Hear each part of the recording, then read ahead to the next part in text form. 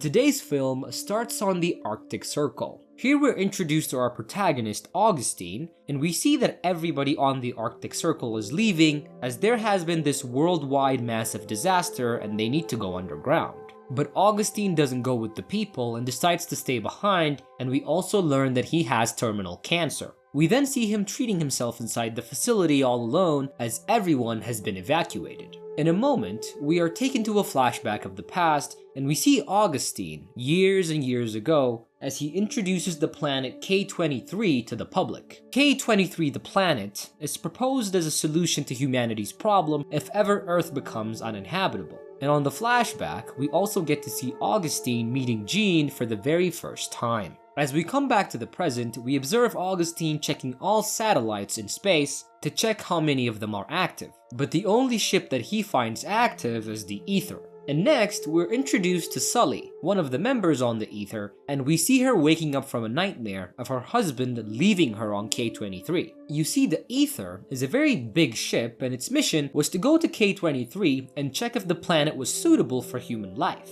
And now, after a 2-year journey, the ship is making its way back home, but little did they know, the Earth is no longer habitable. They try to make contact with Earth, but nobody responds. Even the Russians and the Chinese and the Indians have cut off all communications.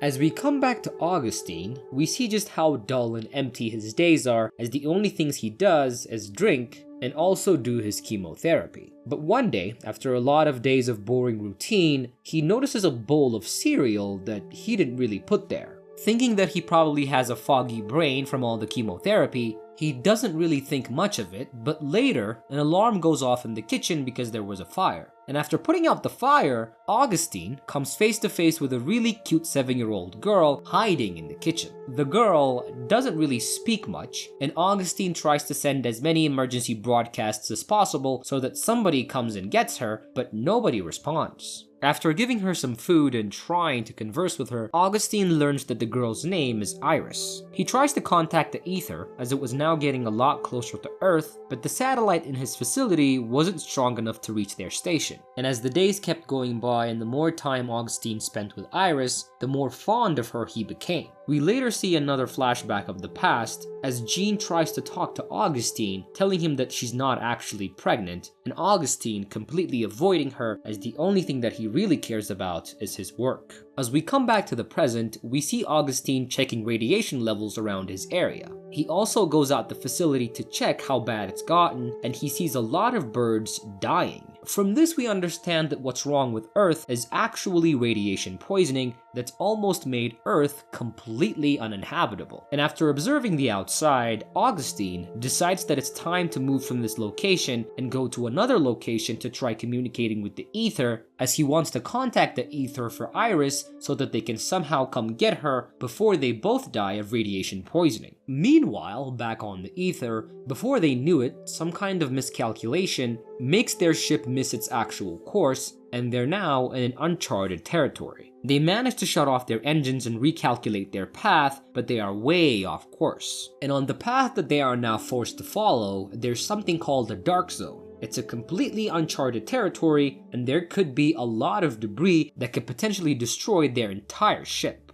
And even though they wanted to change course to their original plan, they now realize that that's going to be impossible, and they will sooner or later have to pass by an area that has debris. Back on Earth, we see Augustine and Iris making their way to the other station. And after resting up for the night, Augustine tries to shoot them some food, but they instead find a crashed plane with somebody still alive inside. The man that was inside is almost dead and dying, and he begs Augustine to finish it as he doesn't want to suffer anymore. And that night after he does, neither him or Iris were able to sleep, and we see another flashback of him in the past. In the flashback, Jean has had a daughter and she was heading somewhere else with her. She tells him to say hello, as Augustine still has not met his daughter yet, but Augustine refuses and Jean goes with his daughter before Augustine gets to see her. As our scene shifts back to the Ether, we learn that Sally is going to have a daughter. Sally is married to Adewole, the captain of the ship, and both her and Adewole are excited about this pregnancy and also about going back home because they want to have their baby there. Back on Earth, Augustine and Iris were getting close to the station and they were making their way using their snowmobile. Because they had to rest up for the night again, as Iris was a child and Augustine was incredibly sick, they decide to sleep inside this Norwegian bunker that they found. But Augustine wakes up late at night from a nightmare to see that the bunker was getting flooded with water. Augustine wakes up in time to save Iris from the bunker, and he goes back to get his chemo gear that he needs to medicate himself with, but after mounting it on the snowcat to drive away with Iris, but the ice around the bunker was breaking, and the snowcat, along with Augustine's chemo gear, sink to the depths of the ocean. But Augustine and Iris don't stop, as they make their way to the station on foot. And the only thing they have to protect themselves with is a rifle that Augustine got before the bunker sunk. As they were making their way through the very harsh cold, there was an incredible blizzard, and for a moment, Augustine loses sight of Iris. He tries to call for her, but he realizes that nobody can hear anything through this blizzard, and just as he lays down in the snow and almost gives up, Iris finds him. And as soon as he gets up, the blizzard was calming down, and he looks over the horizon to see that they've made it to their destination. Inside this new station, there was a bigger satellite, and Augustine was able to reach the ether. Sully picks up his signal, and as they were having a conversation, Augustine asks her how much they know about the Earth's condition, and she tells him that they haven't picked up any signal from NASA or anybody that they reached out to. But before Sully finds out why she can't reach NASA or any government whatsoever, a proximity alert goes off inside the ship as they were passing through a lot of debris. The debris destroys their radar and their communication, and now it's going to need manual adjustment. This means somebody's going to have to go outside the ship and do a spacewalk to make the repairs. Maya, Sully, and Adewole do the spacewalk, and they try to repair the radar and the comms. The repairs go well, and they manage to fix both the comms and the radar, but before they knew it, they get hit by another wave of debris. All three astronauts manage to evade it, or so they thought, as Maya sees blood floating inside her suit and realizes that she's been hit by the debris. They quickly get her inside the ship and try to medicate her, but their section of the ship had to be depressurized and decompressed before they can take off their suits and anybody else can enter it. Sanchez had a medical bag with him to medicate Maya, but he had to wait 30 seconds until the doors opened and everything was depressurized. But unfortunately, those 30 seconds meant the difference between life and death for Maya as she bled out and died. Everyone at the ship is completely devastated to see their longtime friend and colleague Maya dying aboard the ship.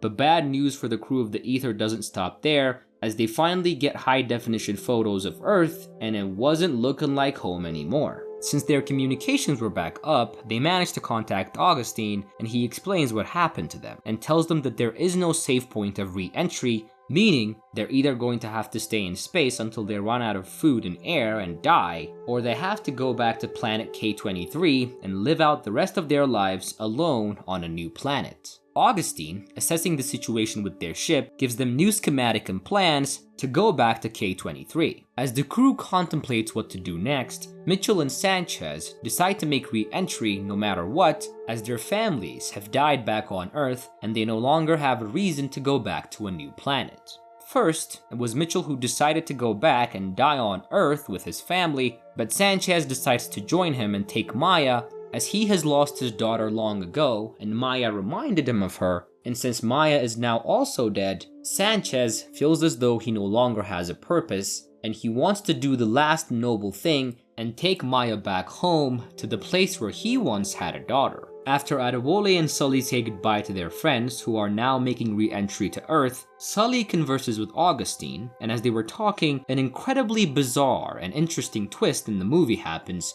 as we discover that Sully is actually Iris, and the little Iris we've seen the entire movie is just the figment of Augustine's imagination, because during his last moments, he knew and realized that he should have spent his life with his daughter instead of just burying himself in work, and he couldn't live with the fact that he missed that opportunity, but when he realized that fact, it was already too late. But as the movie ends, Sully, aka Iris, describes what K23 looks like, and she tells Augustine, ever since she was a child, she was so inspired by him and his work, and that's why she became an astronaut. And as she describes the planet that Augustine discovered for humanity, Augustine imagines himself with his daughter, looking over the horizon, and we as the audience realize that he has finally made peace with his mistake. And that is how this amazing movie comes to an end. I really encourage you guys to check it out. Also, make sure to leave a like, leave a comment, subscribe to my channel. I love you guys so much, and I promise to see you on my next recap.